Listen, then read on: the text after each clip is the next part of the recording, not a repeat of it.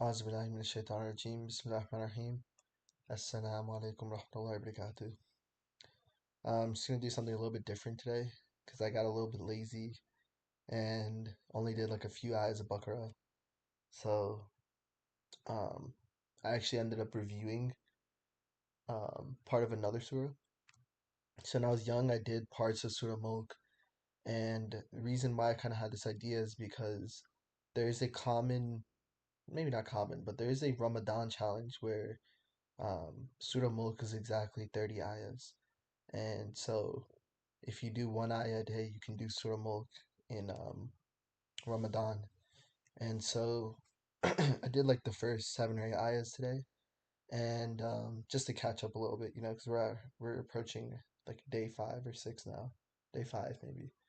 But yeah, so I'm challenging everyone watching this video. Let's see if you can do the Surah Mulk challenge, right? So first few ayahs are pretty short, so you can catch up. And inshallah, may you be rewarded if you're able to do that. And I hope, someone in the comments or someone watching this video will have that inspiration, inshallah. So I just want to talk about two ayahs in the very beginning that kind of reminded me of something I saw today on TikTok actually when I was scrolling Islamic content, right?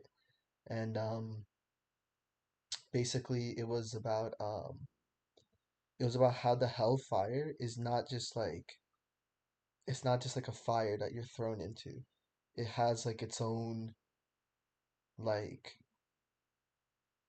it's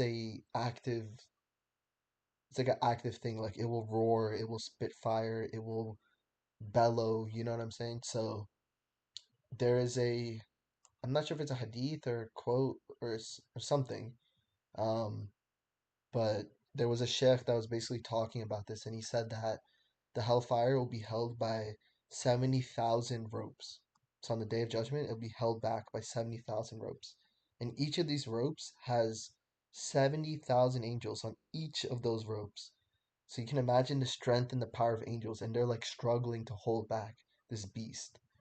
And I was reminded of this because um, in Surah Mulk, right? Bismillah ar-Rahim, إذا ألقوا فيها سمعوا لها شديدا وهي تفور تكاد تميز من الغيظ كلما ألقي فيها فوج سألهم خزنتها ألم يأتكم نذير. And if we read the meaning of these,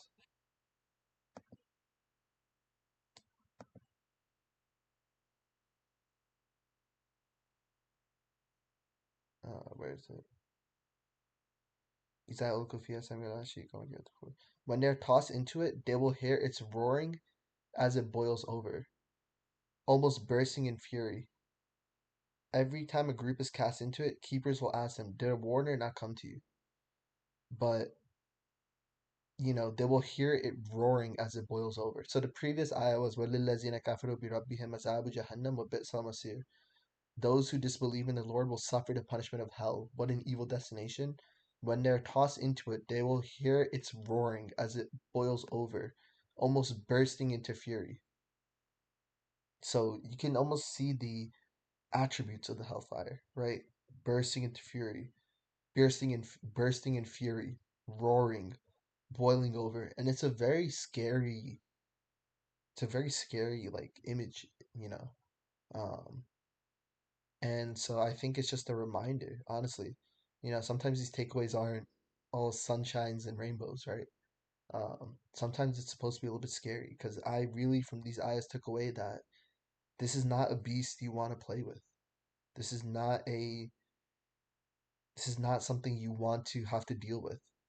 Um, and so I think, yeah, let's just try and be the best versions of ourselves and in these nights, ask for forgiveness when we can. Rabbik firli, Rabbik firli, Rabbik firli. I pray to Allah subhanahu wa ta'ala, those of us watching this video, those of you watching this video, that Allah subhanahu wa ta'ala forgives all your sins. Ameen, Ya Rabbil Alameen. That Allah subhanahu wa ta'ala spares us from the wrath of the hellfire. Um, and that we may be amongst those in the gardens of paradise. Ameen, Ya Rabbil Alameen. But it really is a scary, scary image.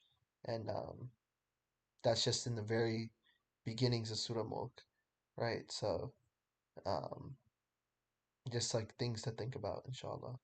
So, inshallah, tomorrow back on the normal Baqarah grind, right back on schedule, inshallah. Assalamu alaikum wa rahmatullahi wa barakatuh.